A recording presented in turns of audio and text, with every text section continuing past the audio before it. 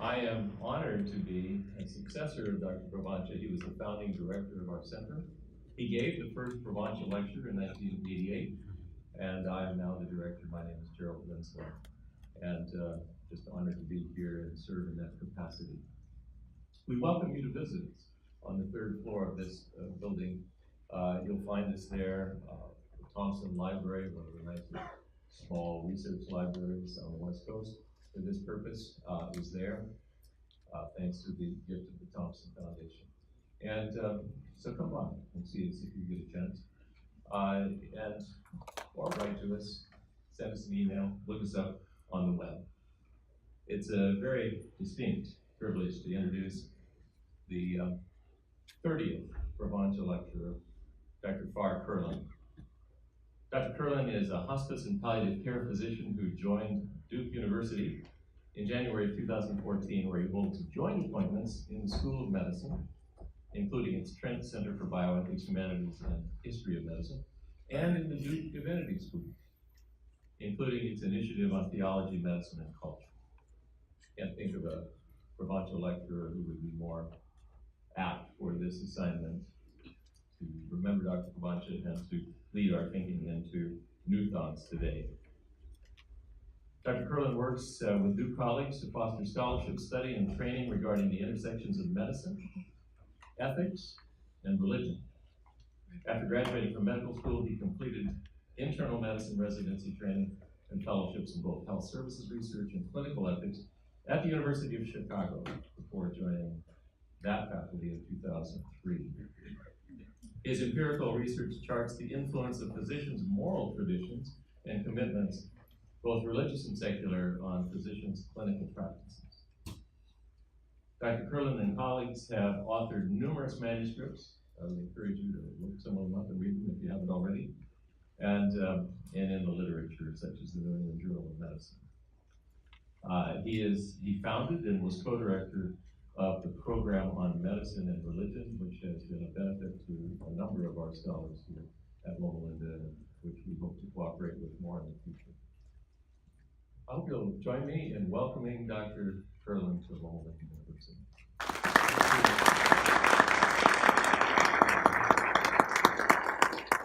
Thank you, Jerry. It's a delight to be here. There are not many medical schools that have a mission statement like that of Loma Linda,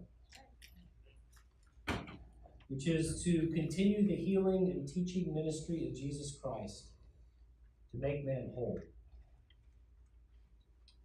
Consider this case. LC is a 56-year-old carpenter who presents to his physician after his wife notices that his eyes are yellow. LC's been losing weight and feeling fatigued for months. His physician sends for tests which reveal cancer in the head of the pancreas with metastases to the liver. What, I ask you, does it mean to continue the healing and teaching ministry of Jesus Christ toward LC? What would it mean to make LC whole? Put differently, what does it look like to practice medicine Christianly? What difference would LC notice relative to his experience in contexts where medicine is not practiced Christianly? If we cannot describe that difference, what is the point of Loma Linda and other Christian healthcare institutions? Is this mission statement and others like it empty rhetoric? Now, one way to construe the difference between Christian medicine and other practices of medicine is to hold that medicine practiced Christianly offers more than secular medicine. We Christians go the extra mile. Our God offers more than the world offers, and so should we. This seems right on a certain level. Surely the healing and teaching ministry of Jesus Christ offers more than plain old worldly medicine. Moreover, Christians have long learned to see and to say that secular, rationalist medicine is reductionistic. It focuses too narrowly on the biomedical dimensions, failing to do justice to the depth and breadth of the human person. Christians, we want to think, break out of this reductionist box. We see and care about the whole person. Both lay people and clinicians will talk about how we as Christians pay attention not only to the body, but also to the mind, the soul, the spirit. Here, Christians give their answer to a problem that is widely recognized across healthcare, where generations, physicians, patients, and critics of medicine alike have lamented the tendency to biomedical reductionism, to see patients like Elsie as merely aggregations of parts, as bodies in motion, as organs, diseases, the locations of statistical probabilities, and so on. A patient will report that his doctors treat me like a number. A medical educator teaches her students, you must learn to hear the patient's story. A medical anthropologist speaks of illness narratives and explanatory frameworks. We all agree that being genuinely whole is more than having favorable health outcomes. So in response to the problems of biomedical reductionism, Christians join others in aspiring to be holistic. George Engel gave voice to medicine's long struggle to overcome biomedical reductionism in his seminal 1977 essay, in which he introduced the biopsychosocial model of health. Engel argued that health is both shaped and constituted by a combination of biological, psychological, and social factors. His point was that the biomedical model, the conventional model at the time, was problematically reductionist.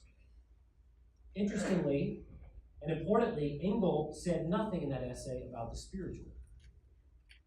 But in the past few decades, others have corrected his oversight. 25 years after Engel's essay was published, Dan Sulmacy, a Christian physician and philosopher, noted that medicine had come a long way since then with respect to its powers to heal physically. But he wrote, contemporary medicine still stands justly accused of having failed to address itself to the needs of whole human persons. To help correct for this failure, Dr. Sulmacy advanced what he called a more comprehensive model of care and research that takes account of patients in the fullest possible understanding of their wholeness. One may call this, he said, a biopsychosocial spiritual model of care. Dr. Sulmacy's essay was the first to promote explicitly this concept of a biopsychosocial spiritual model of care, but numerous Christian writers, as well as Jewish and Muslim writers for that matter, have criticized conventional medicine and medical ethics for their tendencies toward scientific reductionism. They charge contemporary secular medicine with ignoring questions that cannot be answered in the language of science, and so ignoring questions about what it means for a man to be made whole, and particularly what it means to live well in the face of suffering, illness, and death. So to practice medicine Christianly, Loma Linda might offer more. It might say to Elsie, we will not merely aim to heal your cancer, nor even merely to restore your bodily health. We aim to do more than that. But what, I pose to you, what if the primary problems with medicine today, understood from the vantage of Christian tradition, stem from medicine presuming to do too much rather than doing too little? Insofar as that is true, it seems, then to practice medicine Christianly may be to offer less rather than to promise more. This also seems right, insofar as Christians are aware that contemporary healthcare offers interventions that plainly contradict traditional Christian teaching, including here in California, the practice of physician-assisted suicide. We know from the stories of the saints and martyrs that Christian faithfulness often involves speaking prophetically to and refusing to go along with the powers and principalities that structure and govern our world. Christians, we hope, refuse to worship idols, including the idols we make out of medicine. Christians, we hope, refuse to violate God's law in service to any other end, including the patient's autonomy. Christians, we hope, have learned to think soberly, in Paul's language, about the limits of what medicine offers, and to put their hope in God. In Christian tradition, then, faithfulness is often expressed in doing less. Doing less, however, doesn't have the same appeal as doing more. We don't find vision statements that say, here we do just medicine, nothing more. But perhaps we should. Indeed, my proposal to you today is that such a vision statement, say, just medicine for anyone who needs it, would be quite fitting for Christian institutions like Loma. Because the challenge of practicing medicine Christianly today has less to do with offering more than the world offers, and more to do with promising less than the world promises. Today's medicine is more prone to idolatry than it is to a false humility. Yes, it falls prey still to biological reductionism, but this reductionism threatens us less than its pretense to saving us from the human condition. Perhaps paradoxically, it is by promising less that Christians can better participate in the healing and teaching ministry of Jesus Christ. So to practice medicine Christianly, Loma Linda might offer less. It might say to LC, as Christians, we offer you medicine according to our best understanding. We do not offer you much that the world will offer you, nor will we share in the vain promises that today's medicine often makes. And that, I propose, is what would be fitting. Namely, that in order to resist the problematic patterns we find in today's medicine, Christian healthcare institutions and Christian practitioners within them should practice mere secular medicine, as that term was used by the early church. In offering mere secular medicine, but doing so as part of a practice of Christian hospitality to all of those who need care, they will bear witness to the truth that medicine is an honored but humble practice of attending to the health of those who are sick, and that only Christ makes men whole. Now, a brief word about the secular and the secular. When we use the word secular today, we most often mean not religious. Christianity and the secular in this usage are non-overlapping categories. This usage of secular came about only in the modern period, and William Cavanaugh shows that it came about when the idea of religion, as we use the term today, was also invented. Once there was no religion in the way we use the term today. There were Christians and Jews and Muslims and pagans and so on. In the medieval period, the term religion referred to the virtue of a life ordered to God. But in the modern period, the term religion came to mean something else. It came to name a set of beliefs, personal beliefs, if you will, that an individual might possess. Likewise, once there was no secular in the way we use the term today. Prior to the modern period, the term secular was used to designate that which was in the world.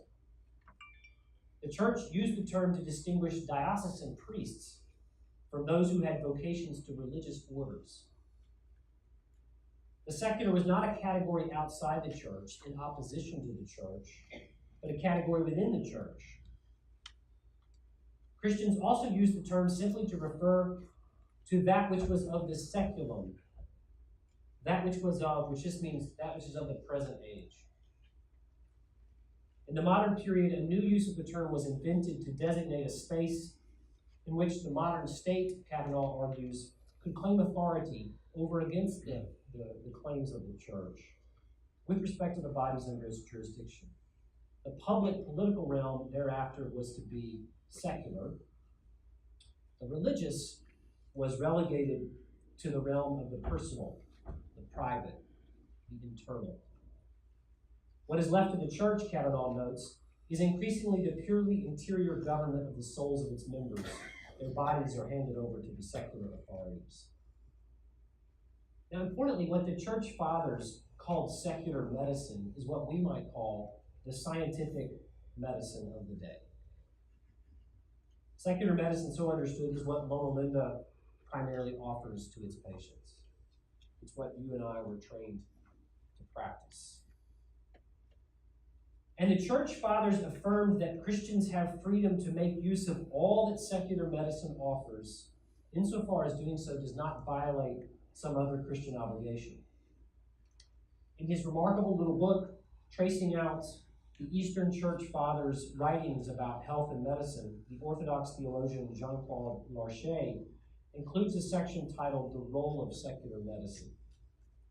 There he notes, along with specifically religious means of healing, Christians have had recourse since the beginning of the Christian era and in direct continuity with the Old Testament tradition to any secular means of healing that the medical science of their age has had to offer. Indeed, when asked whether the use of medical remedies accords with the goal of Christian piety, St. Basil answered yes. Basil categorized medicine among the arts and physicians among the artisans, noting each of the arts is bestowed on us by God to supply for the infirmity of nature. Just as God has given us agriculture to respond to our need for regular food, and weaving because we need clothing to survive the elements, and building because we need shelter, so also, Basil states, God has given us medicine because of our tendency toward illness, debility, and death. Christians have maintained a high view of secular medicine, so defined. And from the first centuries of the Christian era, they have taken medicine up into their vocations to hospitality and charity. Indeed, Christianity's openness to the best science has to offer, combined with an active vigilance toward health, led Christians to practice medicine, Larcher writes, as a very special way of putting charity into practice. This does not make clinicians into a special class spiritually. And indeed, Christians were not required even to see Christian physicians any more than they were required to buy food from Christian farmers. This did mean, however, that the church made use of medicine in ways unknown until then to fulfill the philanthropic goals of the church. We can point in particular to St. Basil, who built the first hospital, the hospital that this hospital is a descendant of, the Basileum, in Caesarea in the late 4th century. To St. John Chrysostom, who opened several hospitals in Constantinople shortly thereafter. Hospitals, or at least wards, became central to monastic communities for centuries. And we still see this inheritance in the hundreds of Catholic hospitals in the U.S. founded by religious orders, and of course, in the scores of hospitals that are part of Adventist healthcare. All of this is to say that secular medicine, or scientific medicine, has an honored place within, but is not to be confused with the healing and teaching ministry of Jesus Christ. Larcher finishes his book by returning to a worry that troubled several of the church fathers, namely that Christians would come to put their hope in medicine rather than in God. Larcher describes a maximalist or rigorist position to which several key early Christian figures subscribed, including Tertullian, and in which one should go to the physician only as a last resort, almost in repentance for not putting your whole trust in God. That maximalist position has always been a minority position among Christian theologians. But it expresses something essential and affirmed by all of the church fathers. That in practicing medicine and making use of medicine, we must take care to not invest our hope in medicine, but rather in God. St. Basil, while affirming Christians' use of medicine, wrote the following: "Yet whatever requires contrivance and fuss and involves much commotion and, as it were, turns our whole life into one long provision for the flesh," there citing Romans 13, "that should be avoided by Christians. Rather, care should be taken to use the art, if there is need, in such a way that we do not invest in it the whole cause of our health or sickness, but admit the use of its remedies as ordered to the glory of God and as a pattern for the care of souls. I'll return to that pattern for the care of souls in a moment. Now, how does the secular medicine to which Larcher refers, to which the church fathers affirmed, how does that compare to the regnant visions and practices of medicine today? The medicine to which the church fathers referred operated under what I would call the traditional approach to medicine and to medical ethics. That's language that my colleague Chris Tolson and I use in a forthcoming book on this topic. The traditional approach is contributed to by Hebrew medicine and its affirmation of the goodness of the body, as well as our obligations to care for those who are sick. It's contributed to by Hippocratic medicine, of course, with that tradition's singular focus on pursuing the patient's health within boundaries established to shore up that commitment. It has been contributed to and developed extensively by the Christian community over the centuries. That community in the 3rd and 4th centuries disseminated what came to be called the oath insofar as a Christian may swear it. A revision of the Hippocratic oath that, among other things, de-emphasized duties to the guild and instead emphasized one's obligations to all who are sick, notwithstanding their other characteristics. In this traditional approach, medicine is a practice oriented toward a particular good, namely the patient's health. That may seem to be stating the obvious, but as you'll see in a moment, that turns out to be something not so obvious today. The church fathers could affirm that health is a genuine good, even as they cautioned against putting too much hope in this good, or letting the good of health go to waste with respect to our spiritual progress. After all, with respect to the goodness of health, Jesus demonstrated in his healing ministry that illness is not good, and that his followers are to seek the health of those who are sick. He rebuked the disciples for turning away those who are sick. Larcher writes, "It is true that physical health corresponds to the normal state of human nature, that is, its prelapsarian state, our state in the garden." He cites St. Gregory of Nazianzus, who stated that the purpose of the practice of medicine consists in reconfirming health or the good condition of the flesh, if such exists, or in recovering it if it has been lost. So preserving and restoring health. In the traditional approach, which Christians have affirmed through the centuries, mere secular medicine, or scientific medicine, is an honored practice of attending to the health of those whose health is threatened or diminished. Alan Verhey wrote, "The first lesson of this oath, insofar as a Christian may swear it, was that Christian ethics does not disown natural morality. The Christian story does not force those who own it to disown either medicine as a practice or human rationality." So in pursuing health by making use of medicine, Christians have readily joined with those who are not Christians. They've been able to say, look, we know together, we recognize together the goodness of health, do we not? We recognize together our shared fragility and vulnerability to illness and death. We together acknowledge the goodness of the resources in creation that God has made available to pursue healing, or even if you don't believe in God, that are available to us to pursue healing. What then does it mean to be holistic in this traditional approach to medicine? Well, what it does not mean is medical practitioners aiming at more than health. Rather, holism in the traditional approach means aiming at health, but doing so with an eye to the patient's overall flourishing, with a recognition that health is neither the only good nor the greatest good. And that discernment is needed to see how pursuing health in one way or another fits into the patient's particular vocation. So holism in this traditional approach means offering medicine with an eye to the limits of medicine. It means telling LC, our aim as practitioners of medicine is to pursue your health, to preserve and restore that measure of health that can be reasonably preserved and restored for you. And we want to go about that in a way that acknowledges the limits of what we offer, and that acknowledges there's more at stake for you than merely your health. And that aligns with your particular vocation. What does holism look like in the Christian practice of this traditional approach to medicine, the Christian practice of secular medicine? It means seeking the patient's health with an eye to the patient's primary vocation as one created by God on a journey to God. So Alan Verhey writes, the second lesson of the oath, insofar as a Christian may swear it, is that Christians should have the integrity to set medicine in the context of the Christian story. The task is to transform, or to put it less presumptuously, to qualify a rational ethic and a professional ethic by candid attention to the Christian story.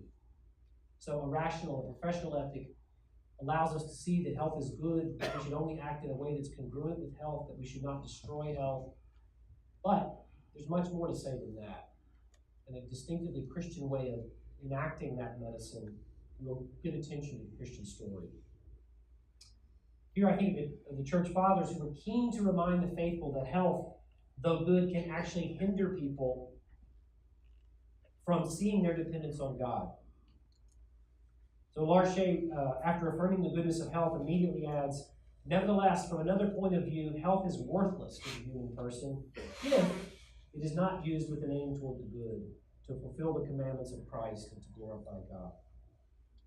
St. Gregory of Nazianzus, after affirming medicine's purpose of preserving and restoring health, then added, but it's not clear that these advantages are really useful.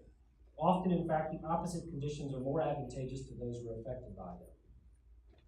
So Christians, and of course we see this in the scriptures themselves, Christians witness to the truth in the stories of the saints, that God often makes illness not good in itself, but the occasion of extraordinary gifts, occasion of extraordinary action by God on our behalf.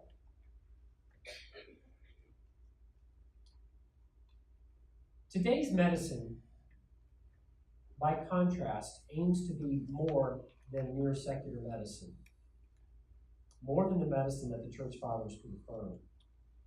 What I'll call the new medicine seeks to break out of the constraints posed by only aiming at the patient's health.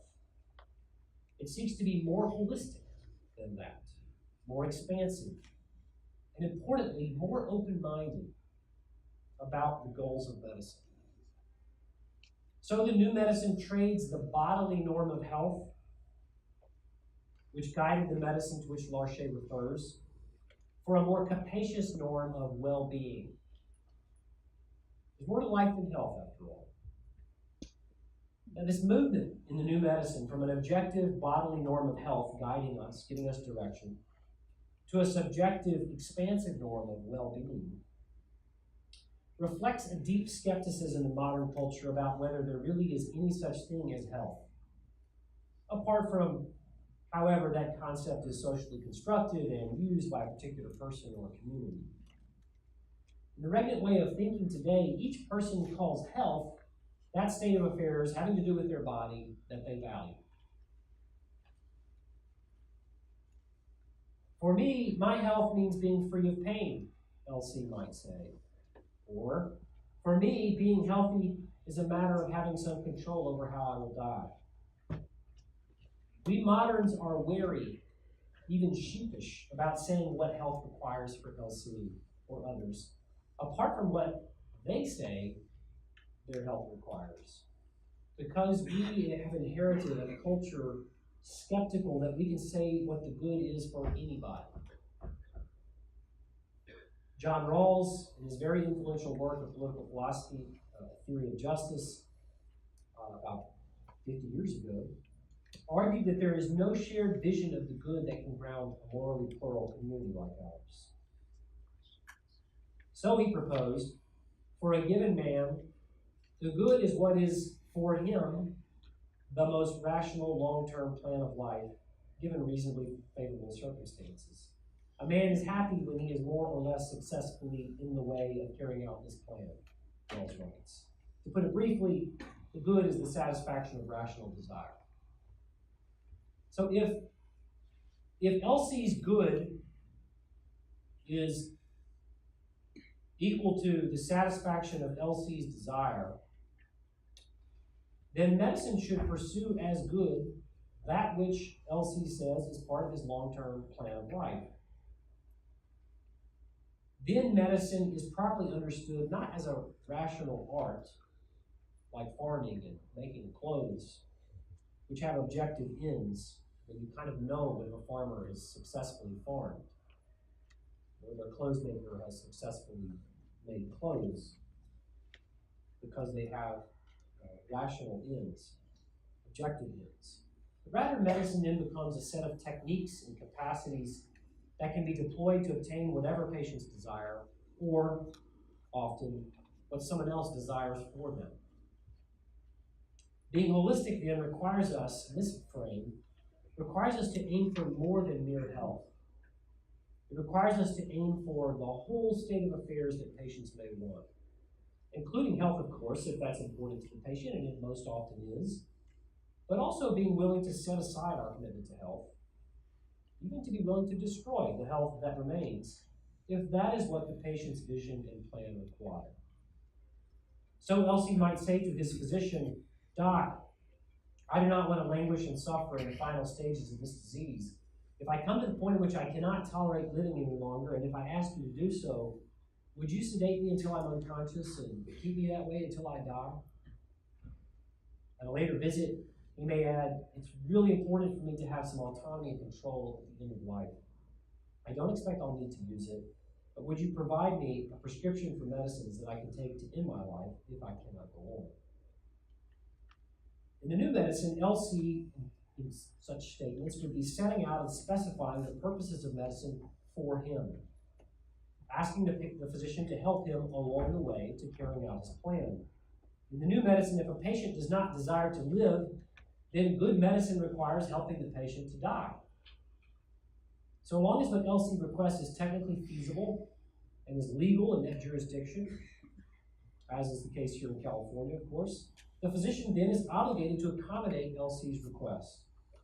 Indeed, the physician who fails to do so thereby fails to fulfill her professional obligations as a physician. Similarly, if carrying a pregnancy to term does not fit a young woman's rational life plan, then physicians have a reason to terminate the pregnancy. If having the secondary sex characteristics that characteristically follow on one's biological sex, if that does not align with a person's life vision or plan or desire, then physicians have a reason to engage in what are called gender transition services.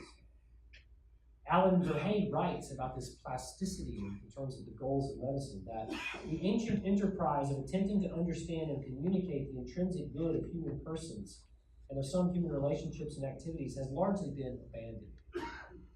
Attempts to articulate communities or traditions address to those ancient questions may be tolerated if the good is kept to themselves. Like each person privately does their own thing. Relegated resolutely to the private arena and thus trivialized, it may not even be tolerated if the good is announced as a public good, but then it threatens to restrict and subvert autonomy. So it goes with the new medicine. The traditional approach is not understood in the new medicine. It's not understood as it is now understood, I should say, as a private, personal prejudice. It's not to be tolerated in the professional realm because it stands in the way of justice, where justice is that Elsie and other patients like him achieve the plan that they desire, realizing the good for them. We see this particularly in calls for physicians to set aside their personal values, including their religious convictions, and instead follow evidence-based medicine and professional standards. Christian institutions, it seems to me, will not be sanctioned and penalized in the future for trying to be holistic, trying to do more. They will be sanctioned and penalized for not being holistic enough, for having the temerity to refuse to provide more than mere secular medicine. The new medicine sees such refusals to accommodate patient requests for legal medical interventions, including elective abortion, gender transitions, physician aid in dying, and others, as the unjust imposition of one's personal, private construal of health onto a domain that should be governed by standard, scientific, evidence-based medicine. Note, however, that if the physician accommodates Elsie's request, she seems to contradict both the traditional approach to medicine and the church's teachings, historic teachings regarding medicine and health. Facilitating Elsie's death contradicts the traditional approach's commitment to act only in ways conducive to the health of the patient. It's exemplified, of course, in the Hippocratic Oath's statement that I will give no deadly potion to anyone, no matter how much implored. The new medicine thereby departs from the norms of the secular medicine which the church fathers affirmed, and it comes to affirm a variety of practices traditionally condemned by the church, including elective abortion and euthanasia. Perhaps more importantly, the new medicine advances under the idolatrous pretense to bringing about the good for which humans long. We all long to be whole. Medicine promises to make us whole, to deliver us from our need for God. It promises salvation. It promises to help us get out of this life alive.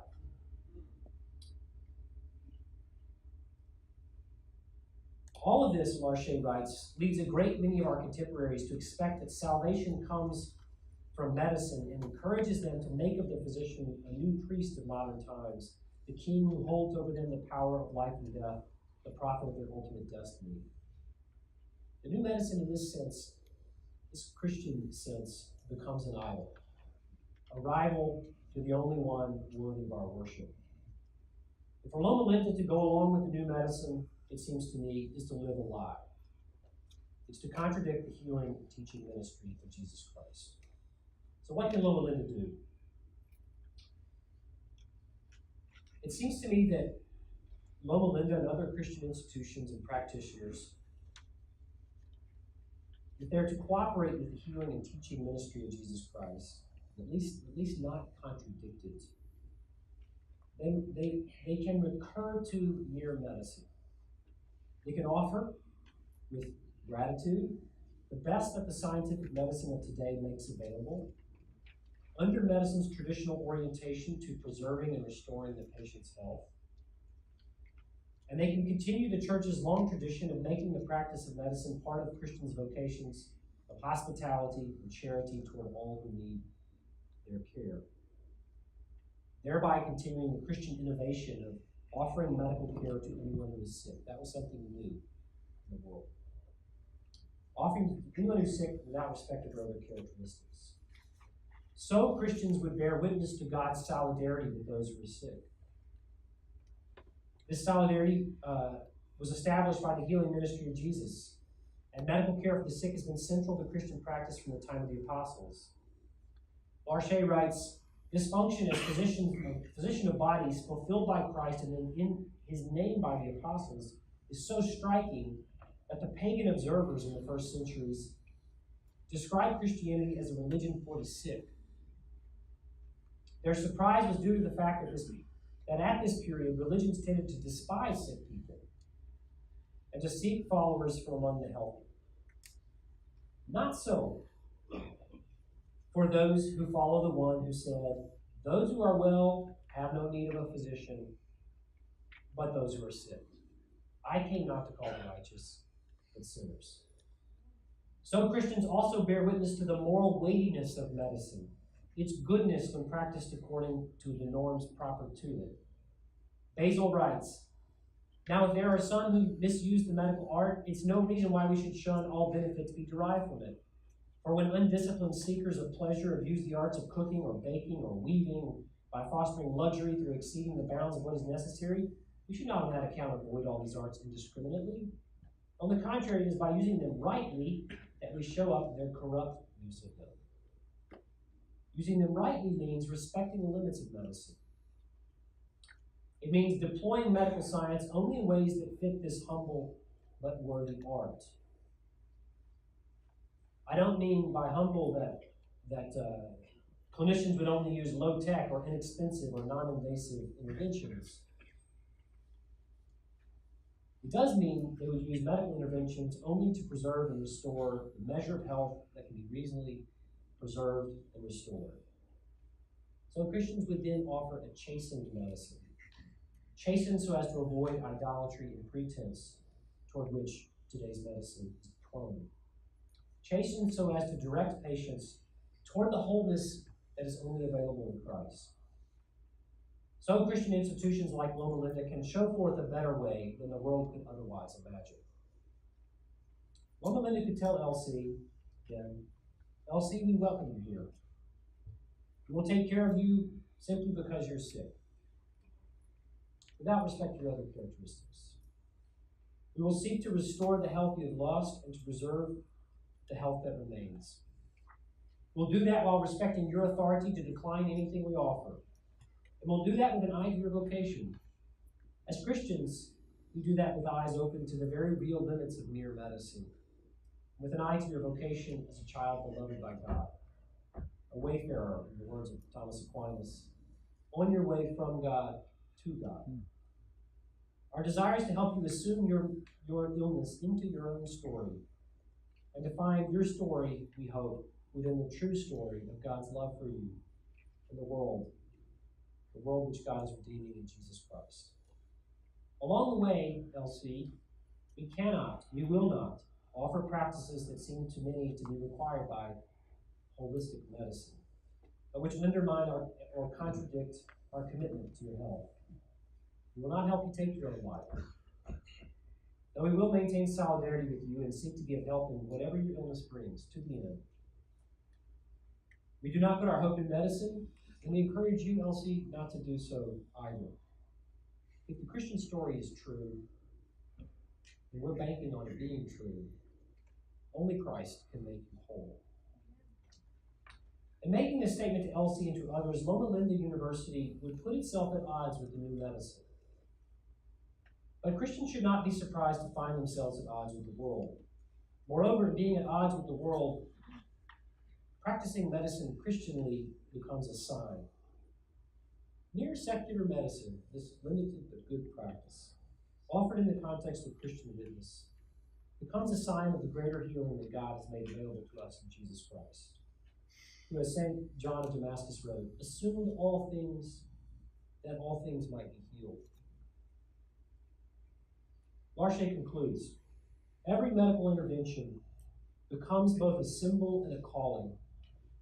In turning to the sick, the physicians invite them to consider God's mercy and turn to Him. As they heal their bodies, they invite the sick to find healing for their souls.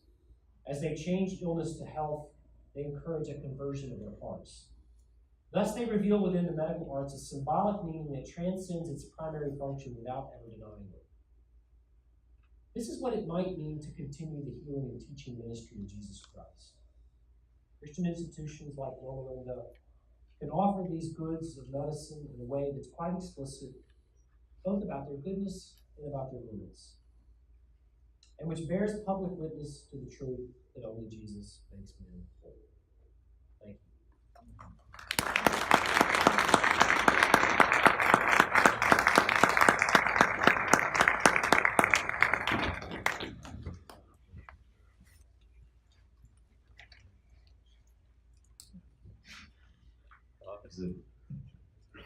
I found it suitably provocative and an interesting talk, and you may have questions. And we have cards that we want to make available. Have they already been passed out? You already have them.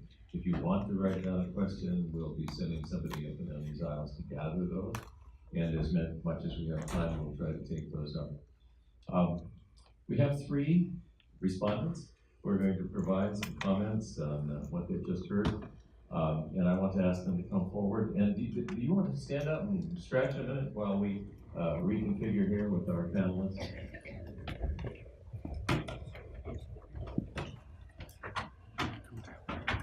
Thank you. Good to see you. Thank you. This mic. Well, we got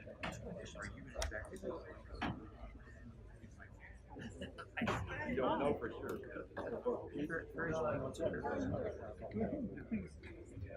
Very well for my age, I think. Yeah, we'll say that's Sunday. Well, I've been here since Sunday. You're still located in Tennessee. Your address is still okay. I hope you have a wonderful. Are you going to spend any time on public health? I will. I haven't been up there yet. Okay, let me encourage you to take your places again so that we can start this portion of the program. Our time is precious, and we will stop here at noon for lunch.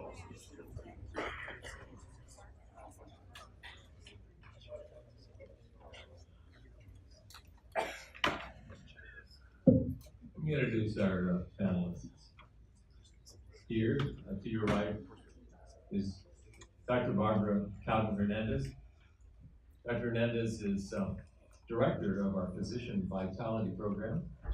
It's a creative name for our wellness program for physicians. She is a clinical psychologist and has faculty positions here at Loma. She also does research and writing, and we're pleased to have Barbara on the panel today. Next to Barbara, here in the middle, is Dr. Grace Wee. Dr. Wee is a physician. She's a pediatric intensivist. She holds an advanced degree in ethics as well, and did a two-year fellowship with Dr. Robert Orr here in ethics.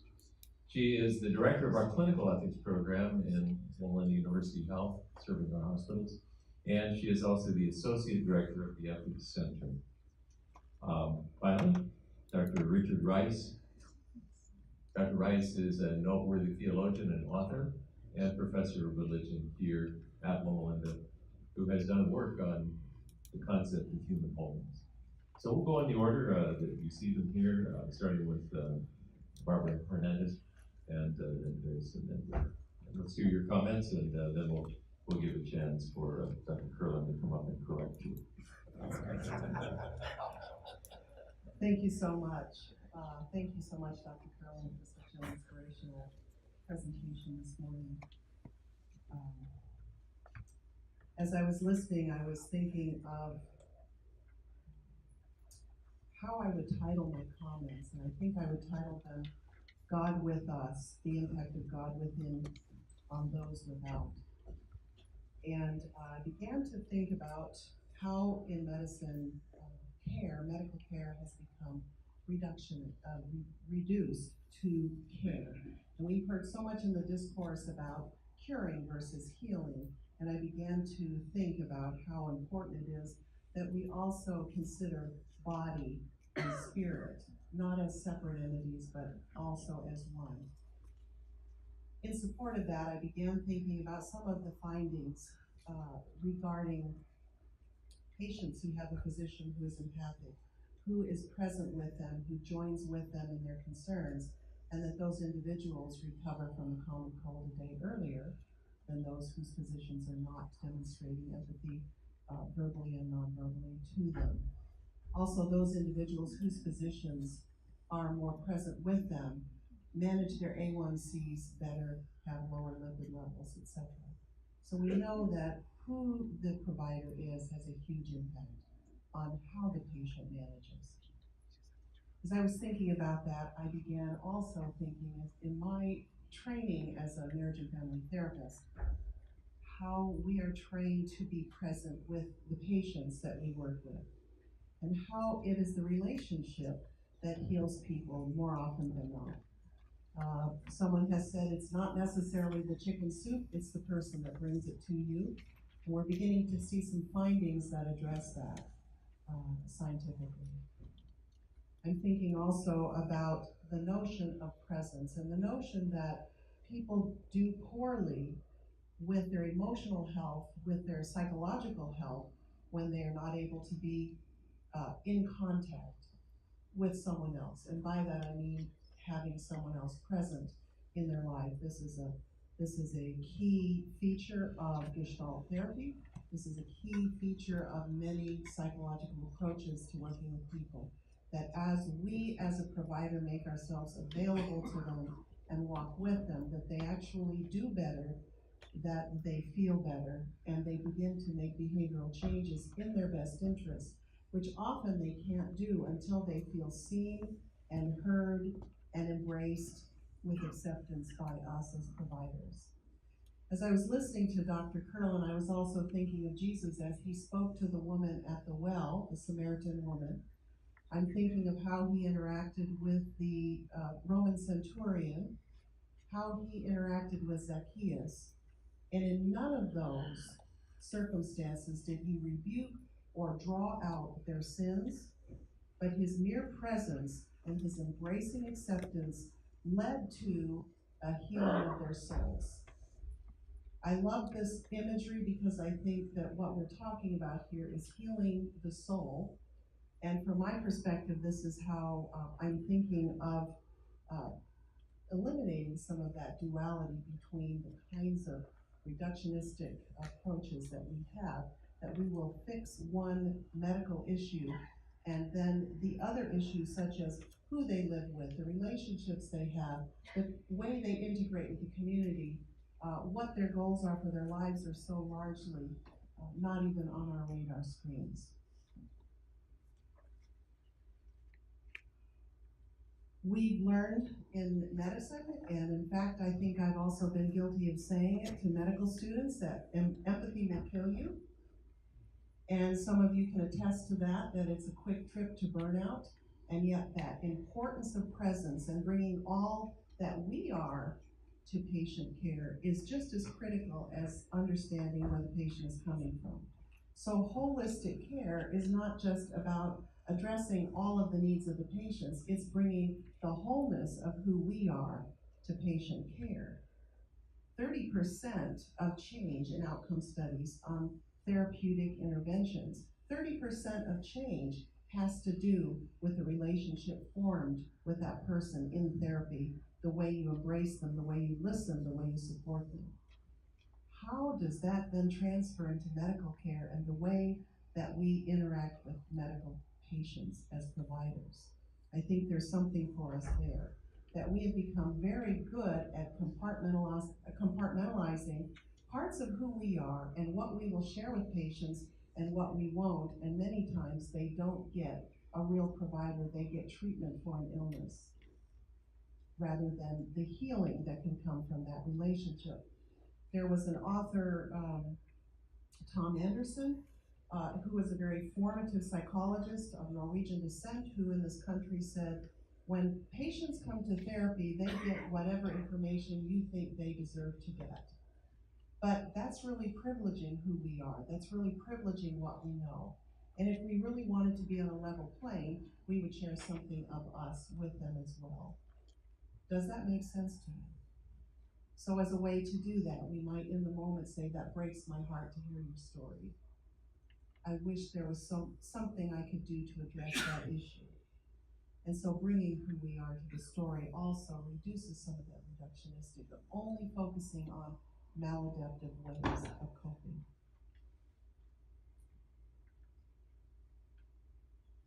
In my role teaching medical students, I often hear conversations about making sure that we share Christ with our patients.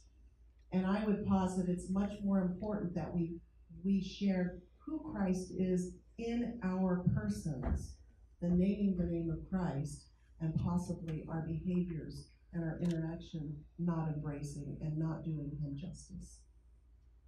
So trusting the healing of God, teaching patients to trust the healing function of relationship, that healing is sometimes more important than cure, that indeed some people who are dying can learn to truly live, and many of us have seen that and known that, and that the fullness of life comes based on something entirely different than sometimes addressing symptoms. It comes on the context of how we relate, the fullness of life that we have, the relationships that we have, and the connection to our provider. So God with us, the God with us method, bringing who we are, who Christ is within us, and allowing that patient to experience the fullness of who we are through the blood and the merits of Jesus Christ. Those are my reflections on my life.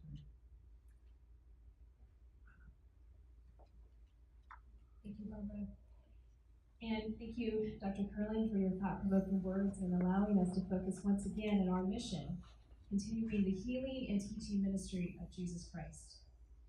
One of this institution's founders, Ellen White, a woman of uncommon vision, wrote in 1907, quote, "We cannot heal, we cannot change the diseased conditions of the body, but it is our part as medical missionaries, as workers together with God, to use the means that he has provided."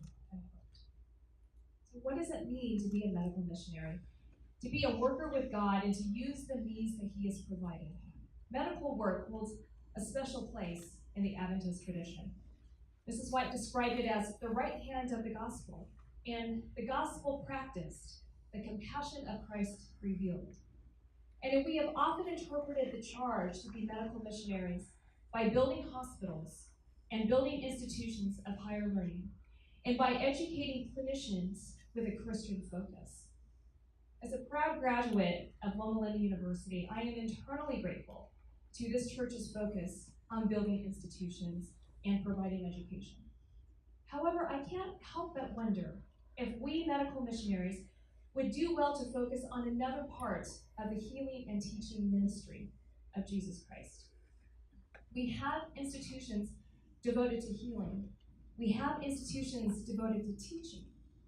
But what about ministry? Ministry is a word that has several meanings. It's a noun and can be described as the vocation devoted to spiritual work, such as she is going into the ministry. Or also, noun, the action of ministering or caring for somebody. She is in ministry. I believe that the healing and teaching ministry of Jesus Christ encompasses both of these meanings, that of structure and practice, and also the intersection of the two, which is the system. So when an individual performs an action, this is practice.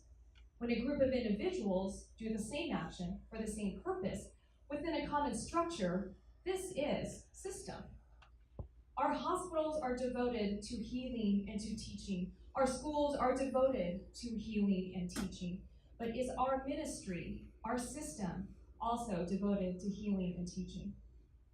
Dr. Curlin spoke about understanding the limits of medicine and using medicine as a tool towards attending to the patient. Are we evaluating our ministry in the same way? Dr. Curlin, I thought it was poignant, at least for me, that the patient that you use in the example is a patient with metastatic pancreatic cancer. Recently, a friend of mine, a physician who graduated from medical school a few years prior to me, was diagnosed with metastatic cancer. He needed surgery, received chemotherapy, and when asked to reflect on the experience, lamented that being on the other side was dehumanizing. This sentiment echoed what I've heard from so many other patients.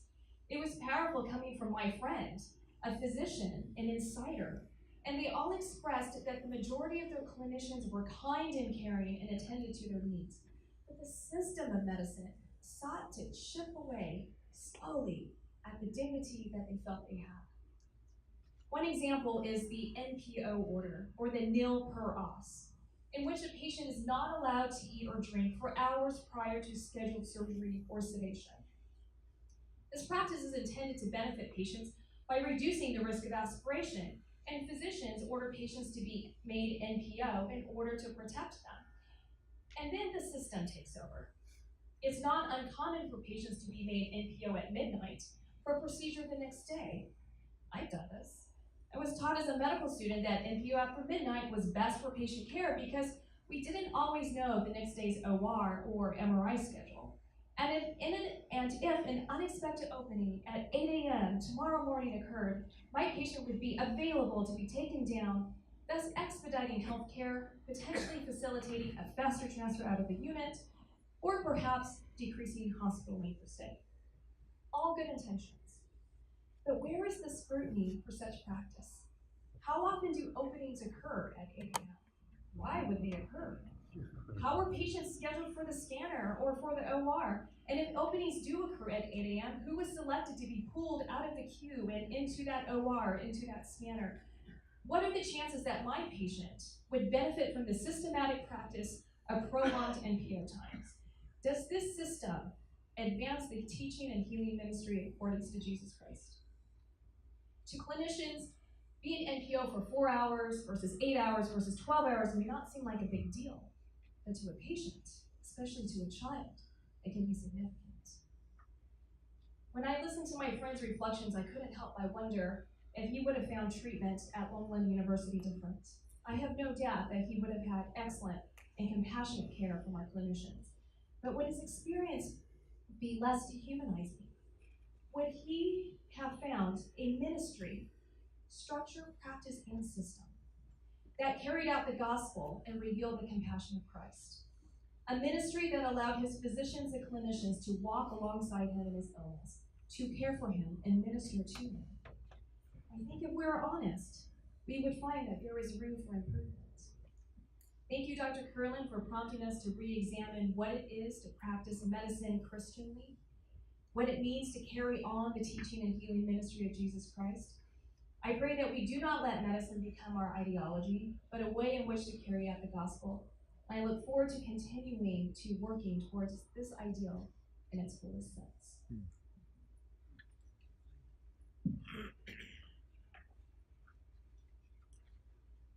Thank you, Loma and Grace.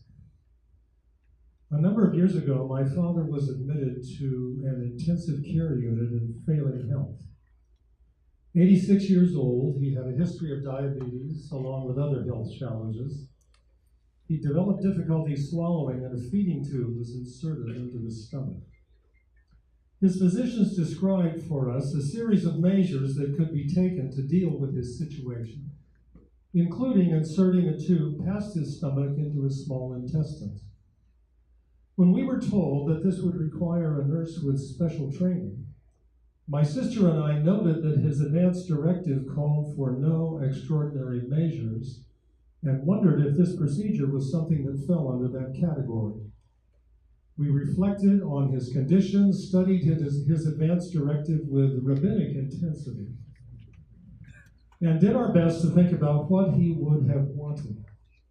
The doctors described further steps that could be taken as things progressed. Finally, I asked one of the physicians who had been especially helpful, "Doctor, what would you do if this were your father?" The conversation took a dramatic and sudden change. There was no prospect of complete recovery. Perhaps the best we could do was make him comfortable. And the transition from patient to father, from subject of medical treatment to a person whose life had blessed others and who will always be remembered with affection, placed the question of desirable treatment into an entirely new context. I was reminded of that transition, that distinction, as I read Dr. Curlin's presentation.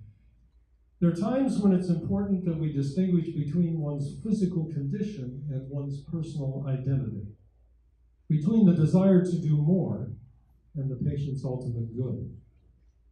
When we look to medicine to do more, the pressing question is always more of what?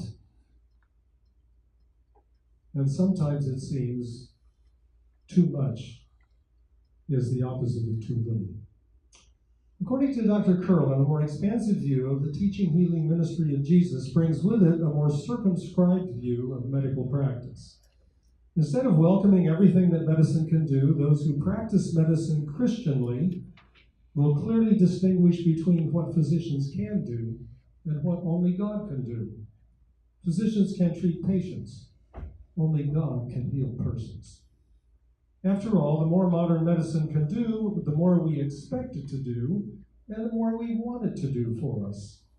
And this progression deepens the impression that the most important things about us are those which medicine can address.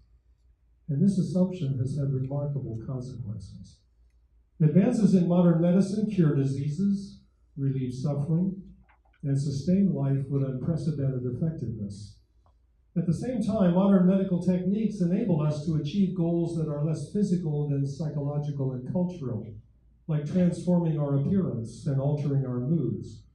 When put to these ends, they often manifest a persistent tendency in human experience, and that is to treat the body as a commodity.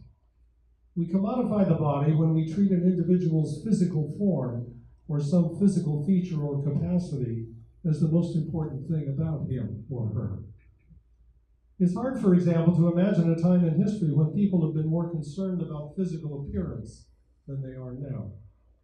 Compare these diary entries by teenage girls about 100 years apart.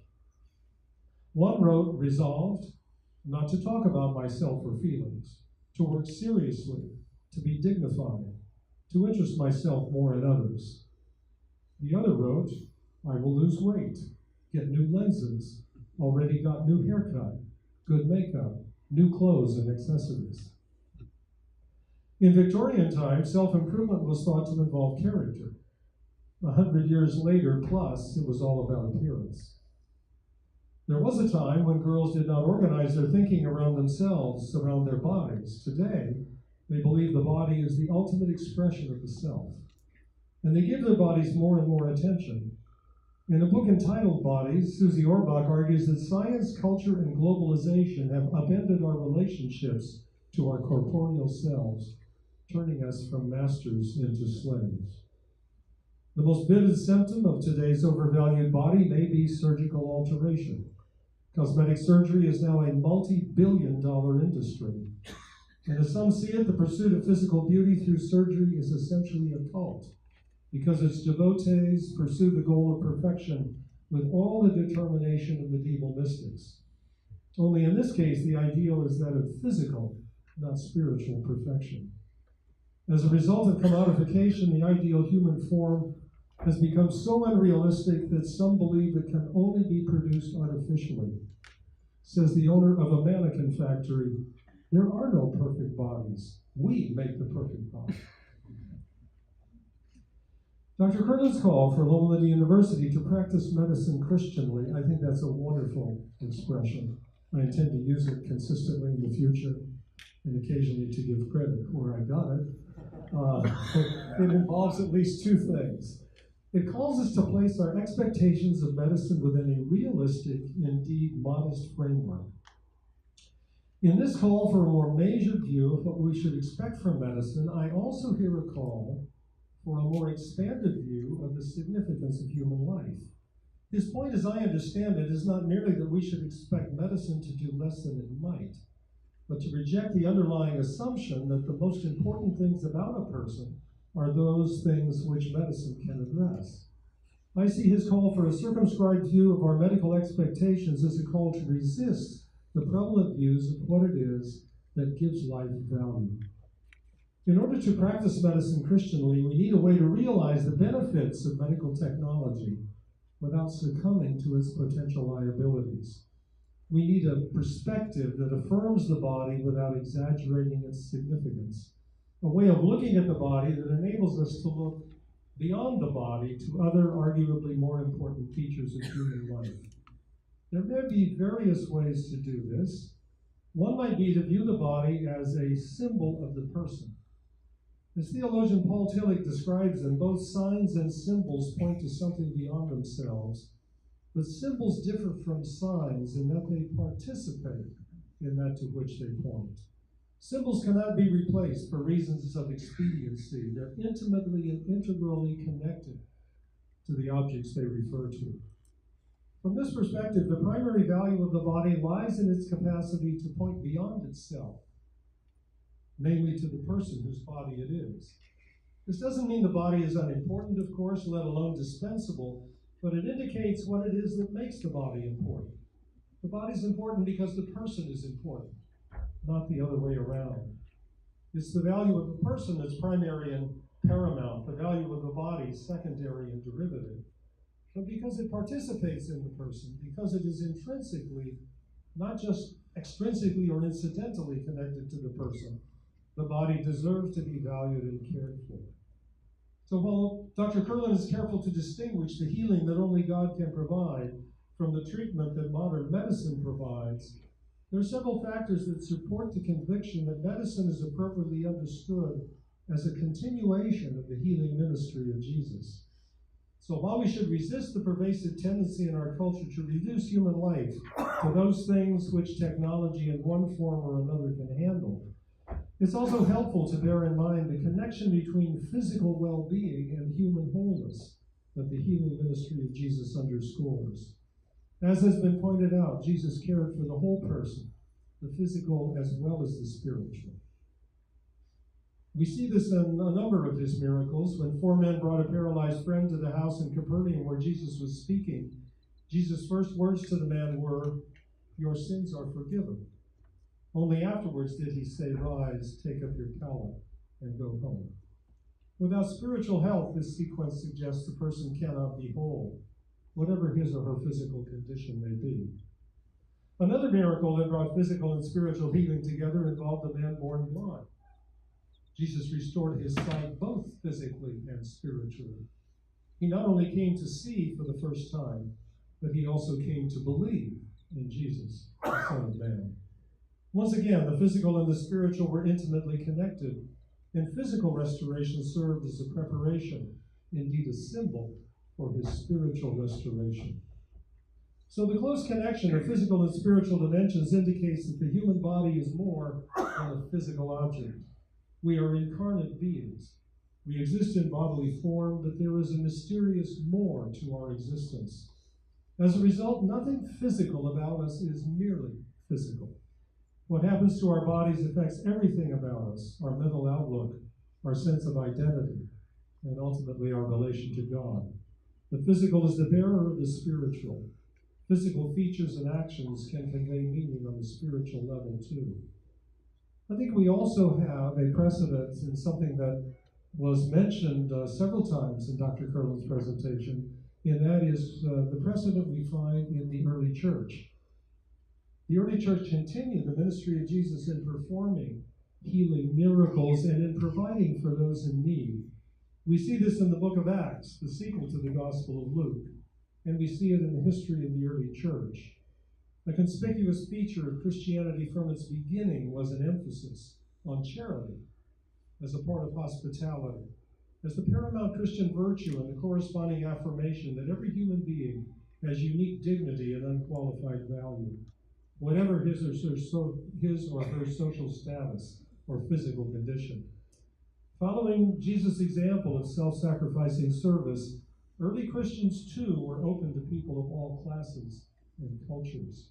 And I'm struck by your reference to the description of Christianity as a religion for the sick, or a practice for the sick. Religion would be anachronistic in that context, I guess. But early Christians were open to people of all classes and cultures, and there were members of the community devoted themselves to the welfare of others, including the diseased and the destitute, a responsibility or a privilege for which paganism provided no precedent at all. So Christians not only cared for people individually, they established institutions to provide for care, hospitals for the sick, welfare centers for the needy. Indeed, according to an authoritative history of medicine, Christianity planted the hospital. This contribution to human values was revolutionary. Nothing in the world of late antiquity, nothing in classical culture compared to the willingness of Christians to jeopardize their own well-being in serving others. Since practicing medicine Christianly rests on the assumption that there is more to human significance and to human life than the physical, I would also appreciate hearing more from Dr. Curlin about just what this more involves. How is this notion of the human person, soul, or spirit that transcends the physical appropriately conceived? There are significant differences within the Christian community on this point, and at some time, if not today, I look forward to his further reflections. But what we can agree on surely is that our humanity transcends our physical condition, and medicine appropriately practiced will always keep that in mind.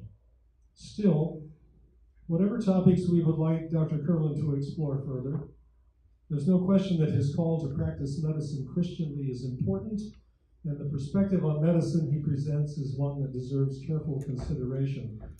It's given me a great deal to think about, and I thank him for it very much.